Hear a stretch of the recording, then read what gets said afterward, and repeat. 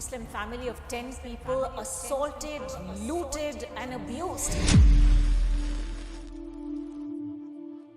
اس سے پہلے کہ ہم شروع کریں یہ کافی ضروری ہے کہ میں آپ کو کچھ ڈسکلیمرز دوں. میں ہرگز کسی ریلیجن کو ٹارگٹ کرنے نہیں لگ رہا. سمجھے کہ اس ویڈیو میں جو آپ دیکھنے والے ہیں وہ میرا ایک کوشش ہے ایک پروپیگنڈا کو ایکسپوز کرنے کا. 26 ستمبر 2023 دلی کے ایک علاقے میں محمد اسحاق نامی لڑکے کو ایک ہندو موب نے صرف پرساد کھانے کی وجہ سے تشدد کا نشانہ بنایا.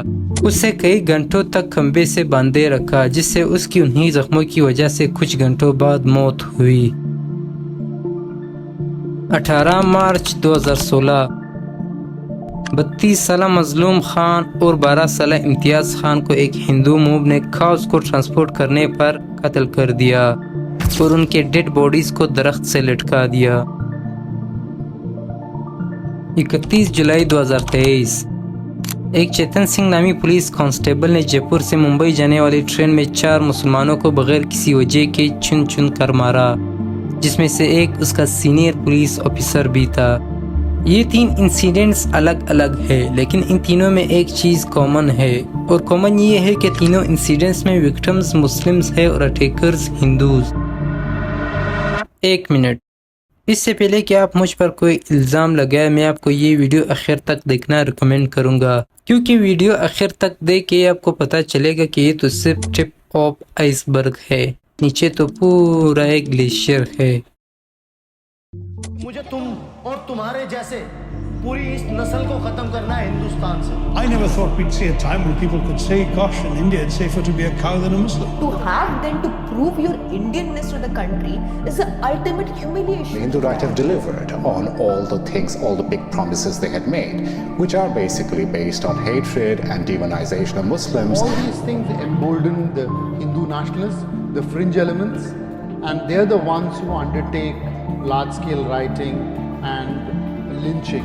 If you look at all of the violences against minority communities that have happened in India, you will see the imprint of the RSS. The idea that cow protectors, vigilante groups are killing people, the idea that textbooks are being changed, all of these things to an outside observer reeks of authoritarianism, even fascism.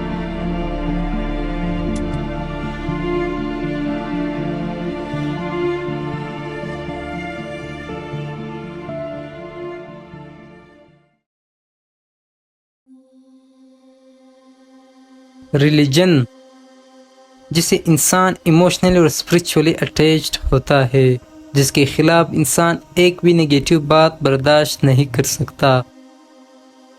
تو ایسے میں جب کسی area میں مختلف religion کے لوگ مل کر رہ رہے ہوتے ہیں تو وہاں ریلیجس وائلنس کے چانسز بھی زیادہ ہوتے ہیں.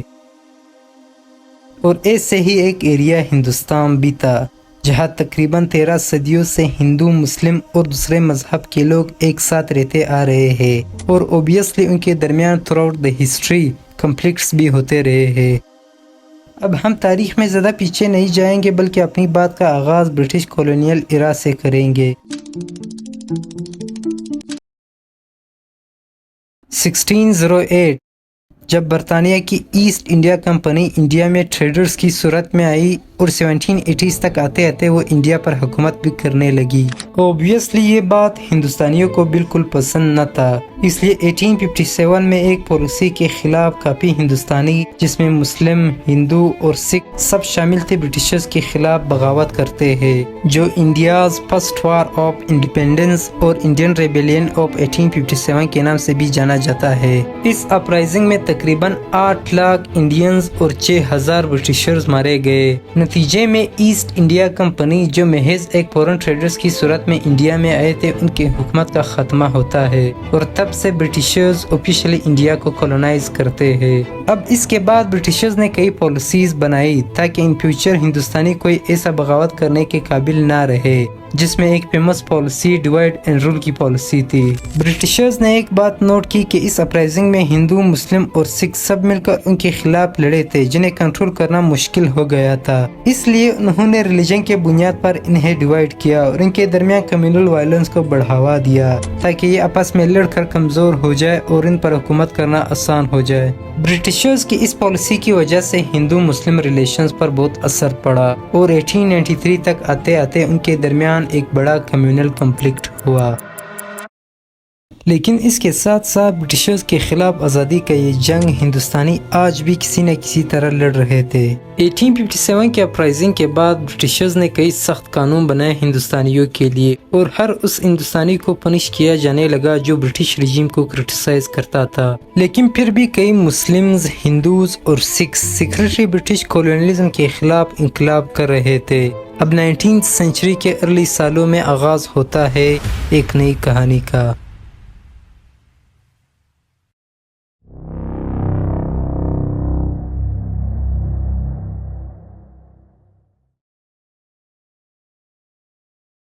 انیس سو 4 میں ایک ونائک دمودار ساورکر نامی ہندوستانی نے ابھینو بھارت سوسائٹی کے نام سے ایک آرگنائزیشن بنایا جس کا مقصد برٹش گورنمنٹ کے خلاف ریولوشن کرنا تھا۔ ساورکر خود ان انقلابیوں میں سے ایک تھا جو پچھلے کئی سالوں سے برٹش رجیم کے خلاف ریولوشن کر رہے تھے۔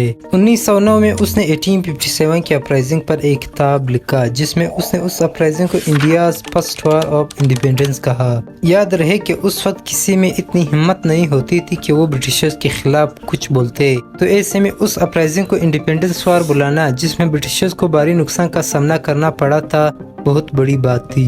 اوبیسلی برٹشرز نے جو کرنا تھا وہ انہوں نے کر لیا اور اس کتاب کو بین کر لیا۔ اب 1910 میں ساورکر کو اریسٹ کیا جاتا ہے جب وہ کئی کرائمز میں گلٹی پایا جاتا ہے۔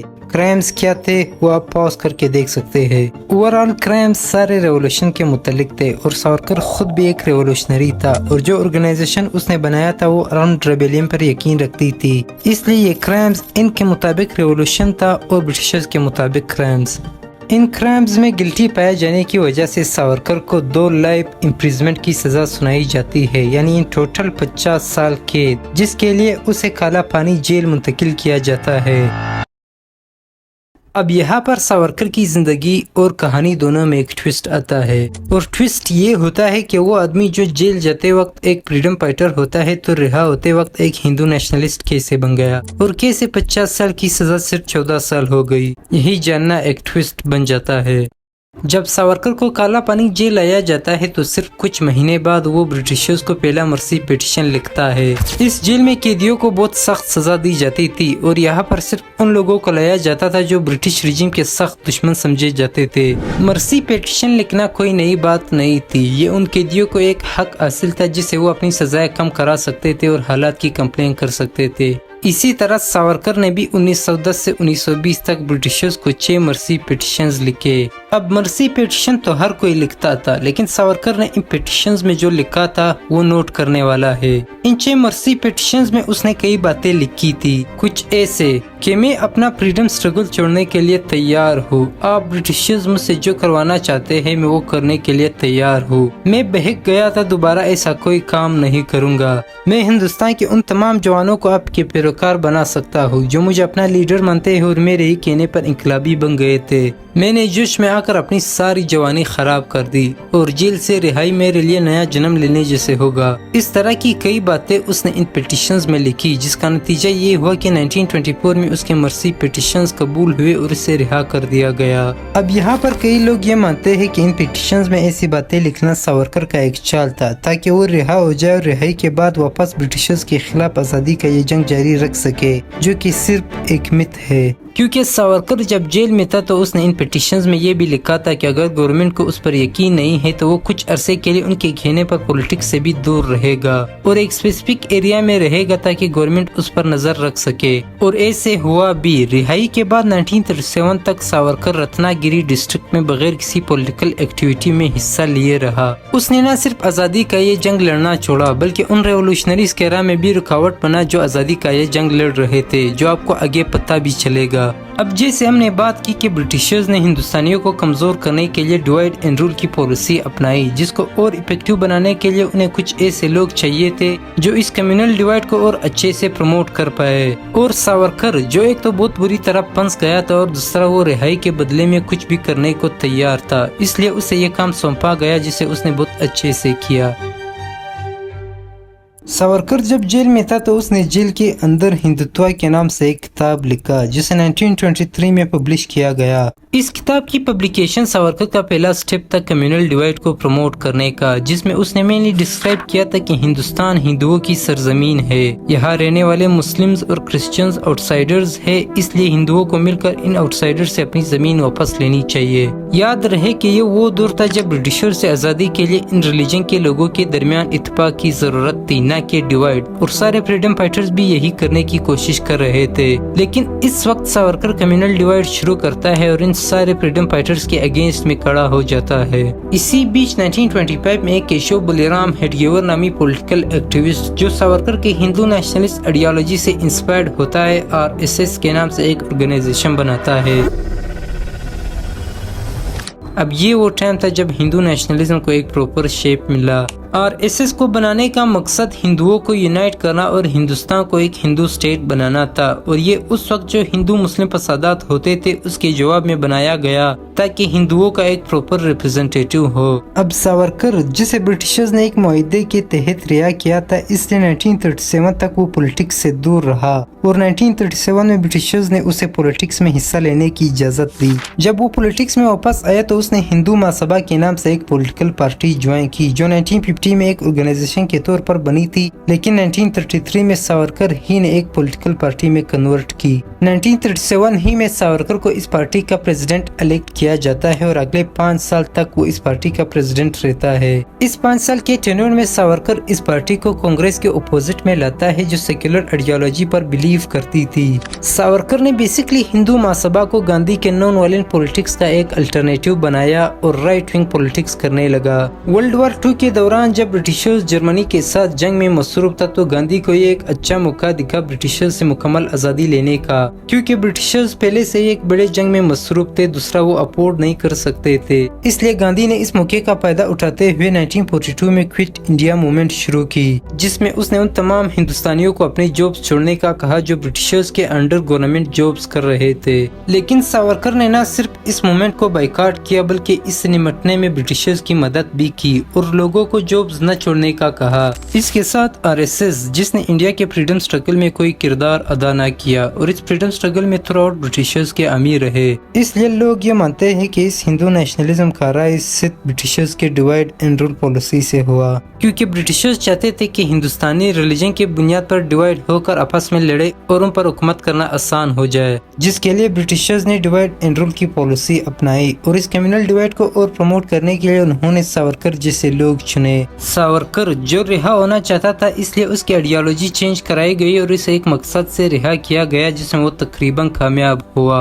उसके रिहाई के बाद उसके नए हिंदू नेशनलिस्ट आइडियोलॉजी से इंस्पायर्ड होकर RSS बनाई गई और फिर तारीख गवाह है कि RSS और सावरकर ने क्या गुल खिलाए। आपको बताता चलूं कि सावरकर को जब पकड़ा गया तो उसके खिलाफ सख्त एक्शन लेने और कभी न छोड़ने का फैसला हुआ, क्योंकि उसे ब्रिटिश रिजीम का सख्त दुश्मन समझा जाता था। वो इसलिए क्योंकि वो ओपनली ब्रिटिश रिजीम को क्रिटिसाइज करता था और उनके खिलाफ साजिशें कर रहा था। तो इस ब्रिटिशर्स के नजर में खतरनाक कैदी को इतनी जल्दी रिहा करना और फिर तारीख में जो हुआ वो सब इस बात का सबूत है कि सावरकर ब्रिटिशर्स के लिए काम कर रहा था। अजीब बात यह है कि सावरकर को हिंदुत्व यानी हिंदू नेशनलिज्म का फाउंडर समझा जाता है, लेकिन जो कुछ हमने सुना और जो कुछ हमारे सामने है उसके मुताबिक तो इस आइडियोलॉजी का फाउंडर सावरकर को नहीं बल्कि ब्रिटिशर्स को समझा जाना चाहिए। भले ही ये आइडियोलॉजी पहले एग्जिस्ट करती थी लेकिन राइज तो सावरकर को रिहा करने के बाद हुआ और सावरकर को ब्रिटिशर्स ने रिहा किया इसी मकसद से ताकि वो ये कम्युनल डिवाइड प्रमोट करे।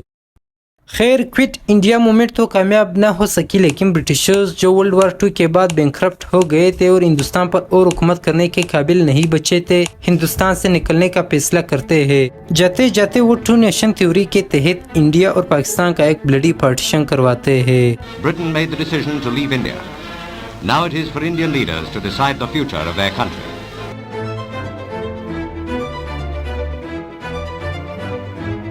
मुसलमान अक्सरियत में नए बनने वाले मुल्क पाकिस्तान जाते हैं और हिंदूज और सिख्स इंडिया आते हैं, जिसमें हजारों बेगुनाह लोग मारे जाते हैं। अब कुछ मुस्लिम्स ऐसे भी थे जो नया मुल्क नहीं बल्कि यूनाइटेड इंडिया चाहते थे, जो पार्टीशन के बाद इंडिया में ही रहे और आज इंडिया की टोटल आबादी का तकरीबन 14% बनते हैं। جب پارٹیشن ہوا تو ساورکر اور ساورکر جیسے ہندو نیشنلسٹ نے گاندھی اور کانگریس کو پارٹیشن کا ذمہ دار ٹھہرایا۔ وہ بات الگ ہے کہ ساورکر نے خود indirectly two nation theory support کی۔ اس کے مطابق ہندو اور مسلم ایک ساتھ نہیں رہ سکتے، اس لیے وہ چاہتے ہیں کہ انڈیا ایک ہندو اسٹیٹ بنے۔ پارٹیشن کے بعد پاکستان تو ایک مسلم اسٹیٹ بنا، لیکن انڈیا ایک ہندو نہیں بلکہ سیکولر اسٹیٹ بنا، اور یہ بات ان ہندو نیشنلسٹ کو پسند نہ آئی۔ انہوں نے نہ صرف نئے بننے والے ملک پاکستان کو پہچانے سے انکار کیا بلکہ انڈین فلیگ اور کانسٹیٹیوشن کو بھی پہچانے سے انکار کیا۔ اسی کے چلتے پارٹیشن کے صرف کچھ مہینے بعد ایک فارمر RSS ممبر نتھورام گوڈزے گاندھی کو اسسنیٹ کرتا ہے۔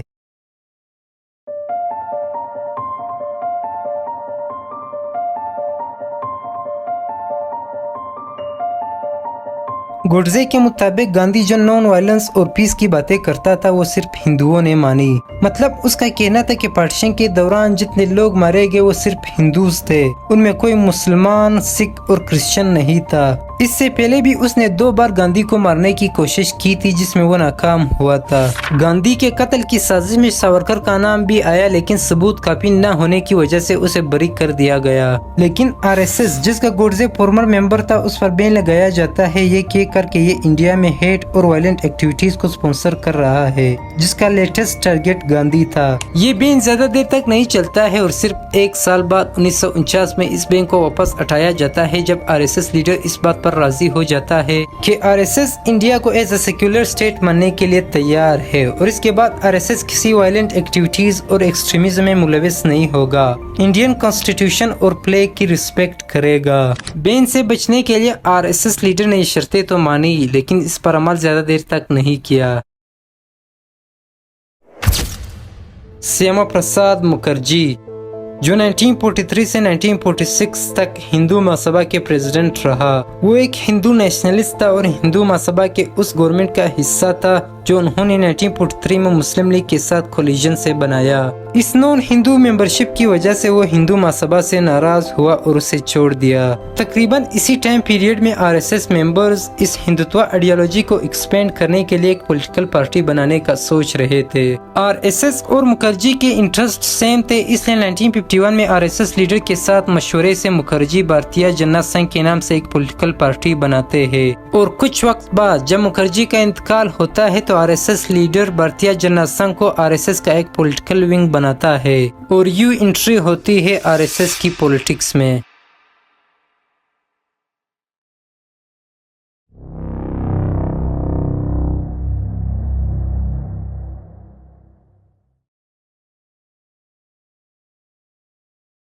بھارتیہ جنتا سنگھ پارٹی بنائی تو گئی لیکن اس کی پاپولیرٹی کچھ خاص نہیں ہوئی، اس لیے 1977 میں اٹل بہاری واجپئی نے 3 اور پارٹیز کے ساتھ کولیجن سے جنتا پارٹی بنائی، لیکن یہ پارٹی بھی زیادہ دیر تک نہیں چلی کیونکہ باقی پارٹیز کے لیڈرز بھارتیہ جنتا سنگھ کے لیڈرز کا RSS میں پارٹیسپیشن سے خوش نہیں تھے، اور RSS جس کے فارمر ممبر نے ملک کے بانی گاندھی کو مار دیا تھا، اس لیے پارٹی کے ممبرز اور RSS کا یہ تعلق پارٹی کے امیج کے لیے اچھا نہیں تھا۔ اس انٹرنل ڈسپیوٹ کی وجہ سے 1979 میں جنتا پارٹی کولیپس کرتی ہے اور 1980 میں واجپئی اور لال کرشن اڈوانی مل کر بھارتیہ جنتا پارٹی کے نام سے ایک نئی پولیٹیکل پارٹی بناتے ہیں۔ یہ پارٹی ہندوتوا آئیڈیالوجی کو اپناتی ہے اور اپوزیشن پارٹی کانگریس جو سیکولر پالیسیز اور پریکٹسز کرتی تھی اسے ہائیلی کرٹیسائز کرتی ہے۔ 1989 کے الیکشن میں BJP کو کامیابی ملی جب انہوں نے مسلمانوں کے جذبات کو ہرٹ کیا، یہ مطالبہ اٹھا کر کہ ایودھیا میں بابری مسجد کی جگہ مندر بنانا چاہیے کیونکہ وہ جگہ ہندوؤں کے لیے مقدس ہے، اور پھر ہوئے 1991 کے الیکشنز جس میں BJP کو اور کامیابی ملی اور وہ اتر پردیش سمیت انڈیا کے 3 اور اسٹیٹس میں حکومت بنانے میں کامیاب ہوئی۔ اس سے پہلے کہ ہم آگے بڑھے RSS کے بارے میں جاننا بہت ضروری ہے۔ یہ تو آپ جان گئے ہوں گے کہ RSS کی آئیڈیالوجی کیا ہے اور وہ کیا چاہتے ہیں، اور یہ بھی کہ BJP RSS کی ایک پولیٹیکل ونگ ہے۔ لیکن جو آپ نہیں جانتے ہیں وہ یہ ہے کہ اس ہندوتوا آئیڈیالوجی کو پروموٹ کرنے کے لیے انڈیا کے اندر 44 سے بھی زیادہ آرگنائزیشنز کام کر رہے ہیں جو سارے RSS کے انڈر کام کرتے ہیں، اور ان سب کو سنگھ پریوار کہا جاتا ہے، یعنی سنگھ فیملی۔ اس سنگھ پریوار کا نیٹ ورک نہ صرف انڈیا بلکہ انڈیا سے باہر USA، UK اور آسٹریلیا جیسے ملکوں میں بھی پھیل چکا ہے۔ اب چونکہ یہ سارے نان پروفیٹیبل آرگنائزیشنز ہیں، اس لیے یہ اپنے کاز کو پورا کرنے کے لیے کئی لیگل اور انلیگل طریقوں سے پیسے کماتے ہیں، جس میں سے ایک طریقہ ہے فنڈ ریزنگ۔ رپورٹس کے مطابق کووڈ-19 کے دوران ان RSS ایفیلیٹ آرگنائزیشن کو بلینز آف ڈالرز میں فنڈز ملے، جس میں سے انہوں نے لوگوں کی مدد بھی کی اور ساتھ میں اس ہندو نیشنلسٹ ایجنڈا کو بھی پروموٹ کیا۔ اس کے علاوہ سنگھ فیملی کا یہ network education, health care اور ویلفیئر جیسے شعبوں تک پہنچ چکا ہے، اور اسی شعبوں کے متعلق بھی انہیں فنڈز ملتی ہے، جس میں سے وہ کچھ تو اسی کاز میں استعمال کرتے ہیں لیکن باقی اپنے ایجنڈا کو ایکسپینڈ کرنے پر لگاتے ہیں۔ یقیناً آپ کو اندازہ ہو گیا ہوگا کہ RSS کا یہ نیٹ ورک کتنا بڑا ہے۔ اب واپس کنٹینیو کرتے ہیں وہاں سے جہاں سے ہم نے چھوڑا تھا۔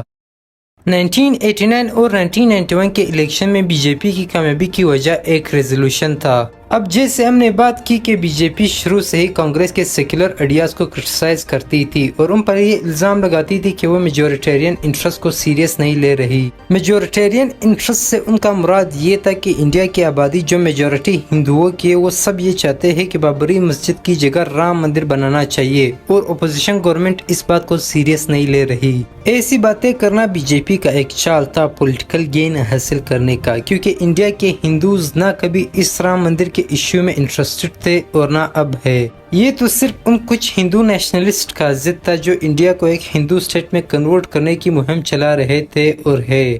اسی رام مندر کے مدعے کو لے کر BJP جون 1989 میں پالمپور ہماچل پردیش میں ایک میٹنگ کرتے ہیں، جس میں وہ آفیشلی ہندوتوا آئیڈیالوجی کو اپناتے ہیں اور وشو ہندو پریشد کے بات کو مانگ کر رام مندر بنانے کی ٹھان لیتے ہیں۔ وشو ہندو پریشد جو RSS کا ایک ریلیجیس ونگ ہے، جو یہ مانتے ہیں کہ 15th سینچری میں شہنشاہ بابر نے رام مندر کو توڑ کر بابری مسجد بنایا تھا اور اب ہمیں واپس رام مندر بنانا چاہیے۔ یہ میٹنگ پالمپور ریزولوشن کے نام سے جانا جاتا ہے، اور پھر ہم نے اس کے بعد دیکھا کہ BJP کو آنے والے 2 الیکشنز میں کتنی کامیابی ملی، اور وہ سٹیٹ جہاں وہ رام مندر بنانے کی بات کر رہے تھے وہاں بھی وہ حکومت بنانے میں کامیاب ہوئے۔ 1991 کے الیکشن سے پہلے BJP کے اس وقت کے پریزیڈنٹ LK اڈوانی نے ووٹ گینگ کے لیے ایودھیا ڈسپیوٹ کو اٹھایا اور سومناتھ سے ایودھیا تک ایک ریلیجیس ریلی نکالی، جس میں اس کا ساتھ دے رہے تھے RSS اور VHP ممبرز۔ یہ ریلی ایودھیا کی طرف بابری مسجد کی جگہ رام مندر بنانے کی مقصد سے جا رہی تھی، اور اس میں مسلسل یہ نعرے لگ رہے تھے۔ یہ ریلی جب بہار سمستی پور کی طرف بڑھ رہی تھی تو سمستی پور کے اس وقت کے چیف منسٹر لالو پرساد نے اس ریلی کو لے کر یہ کہا، پنہ شری اڈوانی جی سے اپیل کرنا چاہتا ہوں اپنی یاترا کو استھگت کر دیں، استھگت کر کے وہ دلی واپس چلے جائیں۔ دیش ہت میں اگر انسان ہی نہیں رہے گا تو مندر میں گھنٹی کون بجائے گا؟ لالو پرساد جو ایک ہندو نیشنلسٹ نہیں بلکہ صرف ہندو تھے، اور جس پارٹی سے اس کا تعلق تھا وہ تھی جنتا دل جو سیکولر آئیڈیالوجی پر بلیو کرتی تھی۔ لیکن لالو پرساد کے جواب میں LK اڈوانی کہتا ہے کہ آپ سے گزارش ہے کہ آپ راستے میں نہ آئے، کیونکہ یہ لوگوں کا رتھ ہے، اسے کون روک سکتا ہے۔ آپ سے تو اتنی آشا ہے، بیچ میں مت پڑو، راستے میں مت آؤ، کیونکہ یہ جو رتھ ہے لوک رتھ ہے، جنتا کا رتھ ہے جو سومناتھ سے چلا ہے، اور جس نے من میں سنکلپ کیا ہوا ہے کہ 30 اکتوبر کو وہاں پر پہنچ کر کے کار سیوا کریں گے اور مندر وہیں بنائیں گے، اس کو کون روکے گا؟ کون سی سرکار روکنے والی ہے؟ لیکن بہار پہنچنے پر لالو پرساد LK اڈوانی کو اریسٹ کرتا ہے۔ اڈوانی کے اریسٹ کے بعد بھی باقی VHP اور RSS ممبرز یاترا جاری رکھتے ہیں اور UP پہنچ جاتے ہیں۔ اب چونکہ ایودھیا UP میں ہے اور UP کا چیف منسٹر اس وقت ملائم سنگھ یادو تھا، جس کا تعلق بھی جنتا دل پارٹی سے تھا، تو جب RSS اور VHP ممبرز بابری مسجد پر حملہ آور ہونے کے لیے UP انٹر ہوتے ہیں تو ملائم سنگھ یادو کے کہنے پر انہیں اریسٹ کیا جاتا ہے۔ تقریباً 1 1,50,000 के करीब लोग अरेस्ट होते हैं। लेकिन इसके बावजूद जब ये हिंदू नेशनलिस्ट बाबरी मस्जिद को डैमेज करने के लिए आगे बढ़ते हैं तो मुलायम सिंह यादव उन पर ओपन फायर का ऑर्डर देता है, जिसमें तकरीबन 17 हमलावर मारे जाते हैं। इस फायरिंग की जस्टिफिकेशन के लिए मुलायम सिंह यादव ने 2017 में कहा था कि अगर मुल्क की यूनिटी और इंटीग्रिटी के लिए और लोगों को मारने की जरूरत पेश आई होती तो सिक्योरिटी फोर्सेस ने बिला झिझक उन्हें मार दिया होता। अब इस बार तो बाबरी मस्जिद डेमोलिशन से बच जाता है, लेकिन अगली बार चीजें बहुत बदल गई होती है। और फिर उसके बाद 1991 के इलेक्शंस हुए, जिसमें बीजेपी को और कामयाबी मिली और यूपी जहां वो एक बार अपनी मिशन में नाकाम हुए थे वहां वो हुकूमत बनाने में कामयाब हो जाते हैं। और इस बार यानी 6 दिसंबर 1992 को जब ये हिंदू नेशनलिस्ट बाबरी मस्जिद पर हमला करते हैं तो ये बाबरी मस्जिद को पूरी तरह गिराने में कामयाब हो जाते हैं, क्योंकि इस बार ना कोई रोकने वाला होता है और ना ही कोई फायर करने वाला। लोग भी अपने होते हैं और सरकार भी अपना। Imagine being of a minority community in India, already vulnerable, and then imagine symbolically something very powerful to a community being broken.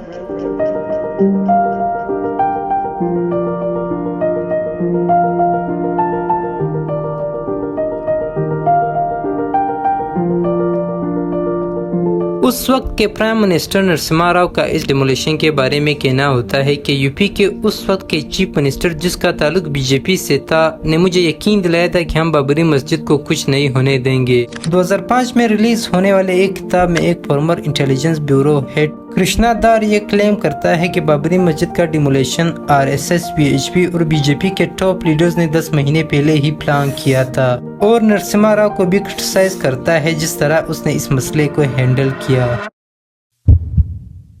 इससे साबित होता है कि ये साजिश थी, प्री प्लान था। प्रवीण जैन एक फोटोग्राफर जिसने बाबरी मस्जिद के डेमोलिशन को कवर किया था और इंटरेस्टिंगली उसने इस डेमोलिशन के रिहर्सल को भी कवर किया था। जी सही सुना आपने, रिहर्सल। इस फोटोग्राफर के मुताबिक डेमोलिशन से 2 दिन पहले यानी 4 दिसंबर की रात को एक एमपी जो वीएचपी के साथ एसोसिएटेड था ने मुझे हिंट दिया कि कल शायद वीएचपी मेंबर्स रिहर्सल करे। Fourth night in the hotel के पास मेरे को एक मेंबर ऑफ पार्लियामेंट, विश्व हिंदू परिषद के आदमी थे और काफ़ी इम्पोर्टेंट आदमी थे, मेंबर ऑफ पार्लियामेंट। उन्होंने मेरे को हिंट दिया कि 5 तारीख को वो रिहर्सल करेंगे। ये कहता है कि मैंने उससे पूछा कि क्या मैं वहाँ जाकर रिहर्सल को कवर कर सकता हूँ, तो उसने कहा कि मैं अरेंज करवा दूंगा, लेकिन आपने वीएचपी मेंबर बन के जाना है। रिहर्सल मैं शूट कर सकता हूँ, मैंने उनसे पूछा तो उन्होंने बोला कि हाँ, लेकिन आपको विश्व हिंदू परिषद का आदमी बन के जाना पड़ेगा।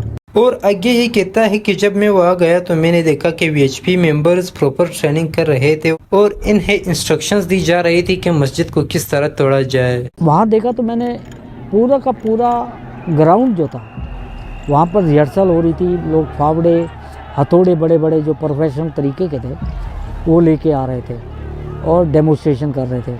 वही इंस्ट्रक्शन दे रहा था कि मॉस्क के ऊपर कैसे चढ़ा जाएगा और कैसे तोड़ा जाएगा। इसने उस रिहर्सल की जो तस्वीरें ली उनकी वजह से जज के मुताबिक ये इस केस का की विटनेस था।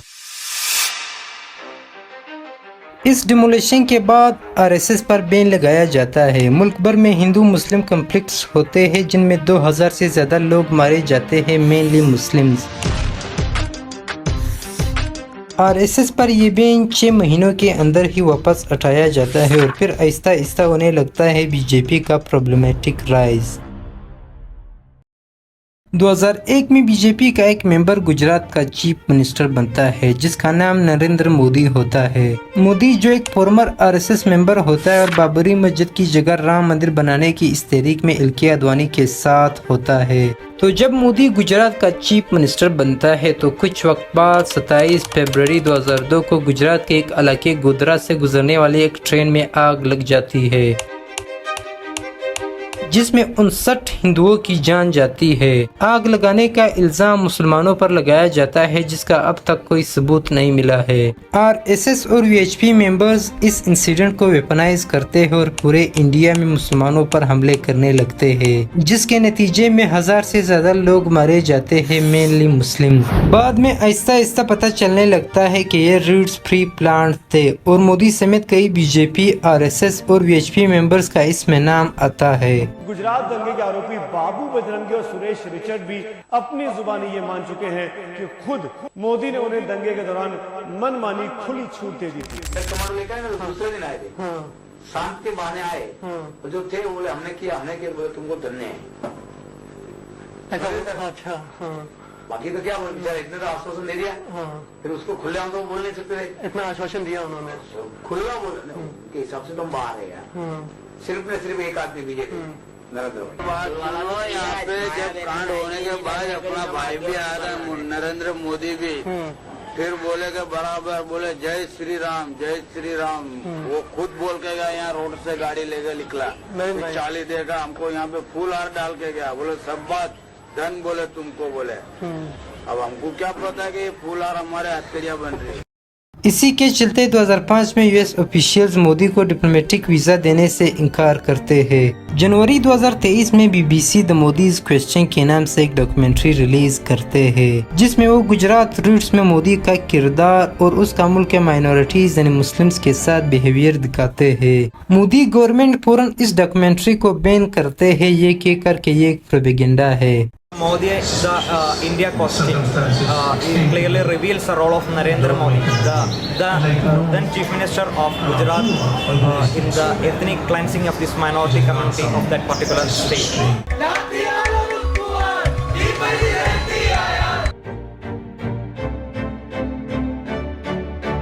इन रूट्स के बावजूद मोदी 2014 तक गुजरात का चीफ मिनिस्टर रहता है, क्योंकि उसके गवर्नमेंट के अंडर गुजरात काफी तरक्की करता है।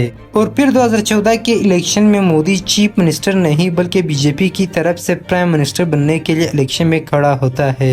उस इलेक्शन से पहले Indian prime minister Manmohan Singh होता है, जिसका ताल्लुक कांग्रेस पार्टी से था। उसके गवर्नमेंट में मुल्क में इन्फ्लेशन बढ़ गया था, जॉब्स नहीं थे और जाहिर है अवाम को सबसे ज्यादा फर्क इन्हीं चीजों से पड़ता है। इसलिए अवाम इस बार कांग्रेस को नहीं बल्कि किसी और को मौका देना चाहते थे और दूसरा ऑप्शन उनके लिए जो था वो था मोदी, जिसके गवर्नमेंट में गुजरात काफी तरक्की कर चुका था और साथ में वो अपनी मैनिफेस्टो में इकोनॉमिक डेवलपमेंट प्रॉमिस कर रहा था। इसलिए लोग ज्यादा सोचे बगैर मोदी को वोट दे देते हैं और BJP वो इलेक्शन जीत जाती है। कुछ यूँ बनता है मोदी इंडिया का अगला प्राइम मिनिस्टर।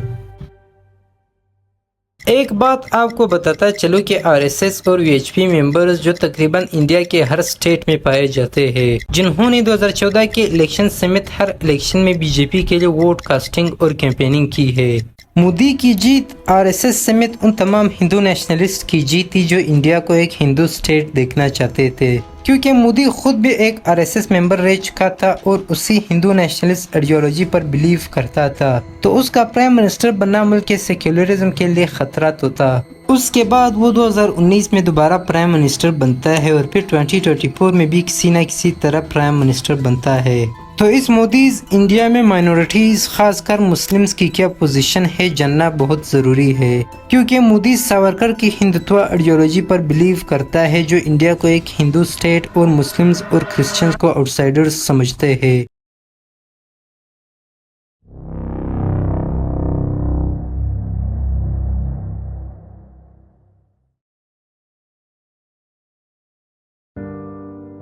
इससे पहले कि हम आगे बढ़े, let me clear one thing. आपको शायद लग रहा होगा कि मैं एक एंटी हिंदू हूँ और मैं हिंदुओं को टारगेट करने लग रहा हूँ। अगर आप ऐसे सोच रहे हैं तो आप बिल्कुल गलत है। हिंदुइज्म और हिंदू नेशनलिज्म दो अलग चीज़ें हैं। हिंदुइज्म एक रिलीजन है जबकि हिंदू नेशनलिज्म एक आइडियोलॉजी।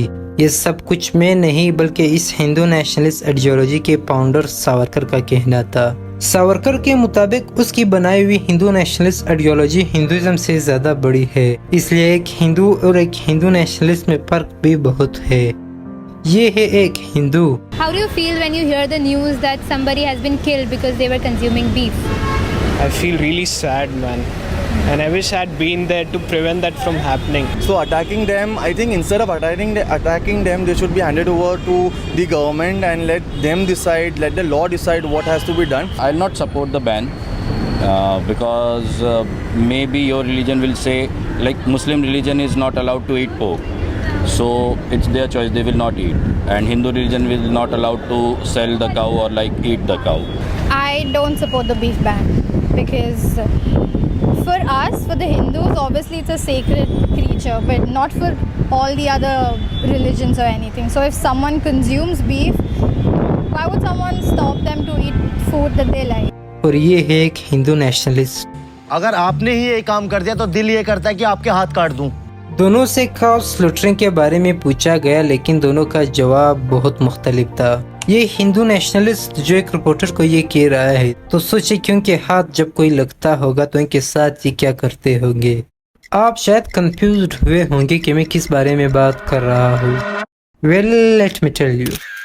गाय, जिसे तो हिंदू रिलीजन में सेक्रेट समझा जाता है, लेकिन दूसरे रिलीजन में इसे सिर्फ एक पैदामंद जानवर समझा जाता है। और इंडिया में हिंदुओं के अलावा दूसरे रिलीजन के लोग भी रहते हैं जो या तो गाय का गोश्त खाते हैं या गाय को दूसरे पर्पसेस के लिए इस्तेमाल करते हैं। लेकिन ये हिंदू नेशनलिस्ट ये चाहते हैं कि इंडिया में काउ स्लॉटरिंग पर मुकम्मल तौर पर बैन हो और कोई भी किसी भी मकसद से गाय को इस्तेमाल ना करे, जिसके लिए वो मेन हाईवेज पर इलीगल चेक पॉइंट्स बना लेते हैं ताकि कोई गाय स्मगल ना कर पाए, और लोगों पर नजर रखी जाती है ताकि वो गाय को ज़िबा ना कर पाए। लेकिन जब ये किसी को गाय स्मगल या स्लॉटर करते हुए पकड़ते हैं तो उस पर तशद्दुद करते हैं और कई केसेस में उसे मार भी देते हैं। Two Muslim women were beaten allegedly by the members of a Hindu radical group. A 50-year-old man was beaten to death in Rajasthan's Alwar district by cow vigilantes on suspicion of transporting cows. A horrific incident. A Muslim man was brutally beaten to death by cow vigilantes over suspicion of smuggling cows. इसको cow vigilantism कहा जाता है, जिसके victims mainly Muslims होते हैं जो न सिर्फ गाय का गोश्त खाते हैं बल्कि इसके मुतल्लिक कई कारोबार भी करते हैं। इंटरेस्टिंग बात यह है कि इस हिंदू नेशनलिस्ट आइडियोलॉजी के फाउंडर सावरकर गाय को सेक्रेड नहीं समझता था, बल्कि वो गाय को एक पैदामंद जानवर समझता था और चाहता था कि हिंदू इसे इस्तेमाल करे। लेकिन फिर भी उसके पैरोकार काउ प्रोटेक्शन के नाम पर लोगों पर तशद्दुद करते हैं। असल बात तो ये है कि वो मुसलमानों पर तशद्दुद इसलिए नहीं करते क्योंकि वो गाय को प्रोटेक्ट कर रहे हैं, बल्कि इसलिए करते हैं क्योंकि वो मुसलमानों से नफरत करते हैं और उन पर तशद्दुद करना चाहते हैं। काउ प्रोटेक्शन तो बस सिर्फ एक बहाना है। 24 जून 2023 रात के वक्त 38 साला मोहम्मद असगर को महाराष्ट्र पुलिस की तरफ से फोन आता है जो उसे उसके नेफ्यू अफान अब्दुल अंसारी के मौत का खबर सुनाते हैं। अफान, जिसे नासिक डिस्ट्रिक्ट में काउ विजिलेंटीज ने उसके साथी नासिर हुसैन के साथ गाय का गोश्त ट्रांसपोर्ट करने पर तशद्दुद का निशाना बनाया होता है, जिससे अफान की उसी वक्त मौत हो चुकी होती है और नासिर हुसैन अस्पताल में जिंदगी और मौत का जंग लड़ रहा होता है। इस इंसिडेंट से कुछ दिन पहले 10 जून को लक्ष्मण अंसारी नामी आदमी को काउ विजिलेंटीज ने काउ ट्रांसपोर्ट करने पर कत्ल कर दिया था, जिसकी बॉडी 4 दिन बाद मिली थी। 2015 में यूपी में मोहम्मद अखलाक नामी आदमी के घर में एक मूव घुसकर अखलाक को मार देती है, जब गांव में ये अफवाह फैलती है कि उसने गाय को ज़िबा किया है। वो मूव अखलाक के गांव के लोग ही होते हैं। इस तरह के और भी काफी ज्यादा इंसिडेंट्स आपको देखने को मिलेंगे। एक रिपोर्ट के मुताबिक सिर्फ 2015 से 2018 तक 44 लोग इन काउ विजिलेंटीज अटैक्स में मरे हैं, जिनमें से 36 सिर्फ मुसलमान थे और 280 लोग इंजर्ड हुए हैं। इसी अलार्मिंग राइज को मद्देनजर रखते हुए सुप्रीम कोर्ट ऑफ इंडिया ने 2017 में कहा था कि हर स्टेट को हर डिस्ट्रिक्ट में एक पुलिस ऑफिसर अपॉइंट करना चाहिए जो इस काउ विजिलेंटिज्म के खिलाफ सख्त एक्शन ले और साथ मेन हाईवेज को इन सो कॉल्ड काउ प्रोटेक्टर्स के इलीगल चेक पॉइंट से भी क्लियर करना चाहिए। सिर्फ काउ विजिलेंटिज्म की शक्ल में मुसलमानों को निशाना नहीं बनाया जा रहा, बल्कि मुसलमानों के खिलाफ डिस्क्रिमिनेशन भी अपने उरूज पर है और ये डिस्क्रिमिनेशन कई शेप्स में हो रही है। भारत को इस्लामिक राष्ट्र बनाने की साजिशें हो रही है। 2047 तक इस्लामिक राष्ट्र बनाने की कोशिशें हो रही है। आज हमारे पास जिहाद का एक डायग्राम है। भारत में मुसलमान खतरे में है, भारत मुसलमान से खतरे में है। Over the past decade, Indians have witnessed the rise of a new breed of news anchor, brash, aggressive, unapologetically nationalist.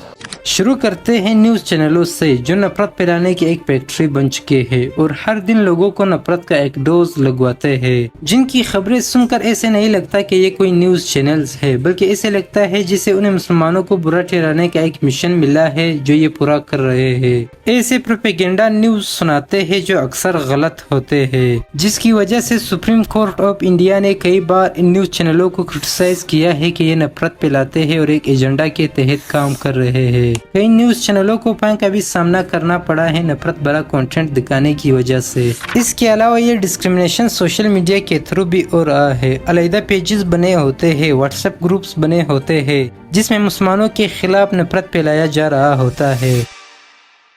खानदान से जुदा करो। और हम फिल्म इंडस्ट्री को कैसे भूल सकते हैं। ऐसे प्रोपेगेंडा फिल्म्स बनाए जाते हैं जिसमें 2 घंटे मुसलसल एक कम्युनिटी को इतना बुरा दिखाया जाता है जिसे देखने वाला ऑटोमेटिकली उस कम्युनिटी से नफरत करने लगता है। तो जब न्यूज़ चैनल, सोशल मीडिया और फिल्म इंडस्ट्री तीनों एक ही चीज़ दिखा रहे होते हैं तो काफ़ी लोग उसे ही सच मान लेते हैं और ऑटोमेटिकली उस कम्युनिटी से नफरत करने लगते हैं और इसी नफरत में आकर ये लोग बहुत कुछ कर जाते हैं। मुसलमानों से आज पूरी दुनिया का हर इंसान परेशान है। इस आदमी से मिले, ये है एक सो कॉल्ड लव जिहाद एक्टिविस्ट। लेकिन इससे पहले कि हम इसके बारे में जाने, लव जिहाद को समझते हैं। लव जिहाद एक लफ्ज़ जिसे मुसलमानों के खिलाफ वेपनाइज किया गया है, जिसमें यह बताया गया है कि कैसे मुसलमान लड़के हिंदू लड़कियों को अपने प्यार की चाल में फंसाते हैं, उनसे शादी करते हैं और फिर उन्हें इस्लाम में कन्वर्ट करते हैं। इसी पर बेस्ड द केरला स्टोरी के नाम से एक प्रोपेगेंडा फिल्म भी बनाई गई जिसमें इसी कंसेप्ट को दिखाया गया है कि कैसे हिंदू लड़कियों को फंसाया जाता है और फिर उन्हें ISIS के लिए रिक्रूट किया जाता है। इस फिल्म में ये बताया गया है कि 32,000 औरतों को ऑलरेडी ISIS के लिए रिक्रूट किया गया है। मेरे जैसे 32,000 गर्ल्स कन्वर्ट होके सीरिया और यमन के रेगिस्तान में दफन हो चुकी है। लेकिन जब इस फिल्म की ज्यादा चर्चा हुई तो इन्वेस्टिगेशन कराई गई जिसमें ये पता चला कि ऐसे सिर्फ 3 केसेस हुए हैं और उन तीनों में से सिर्फ एक औरत हिंदू थी।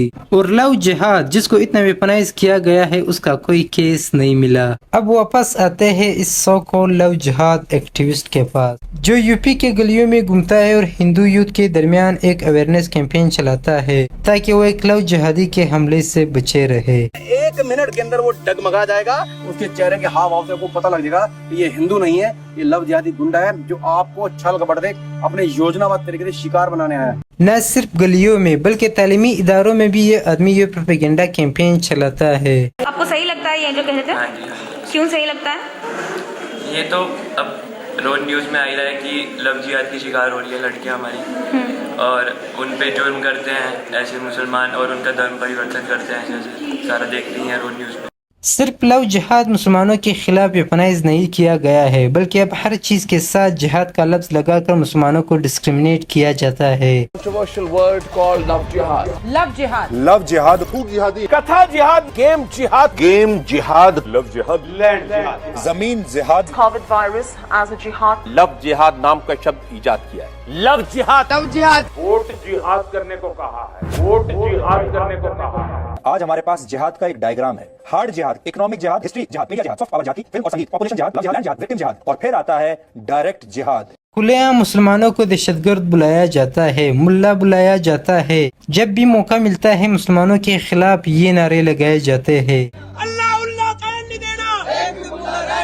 मुसलमानों से अपना दुकान मकान खाली करवाओ, खाली कराओ, खाली कराओ। देश के गद्दारों को।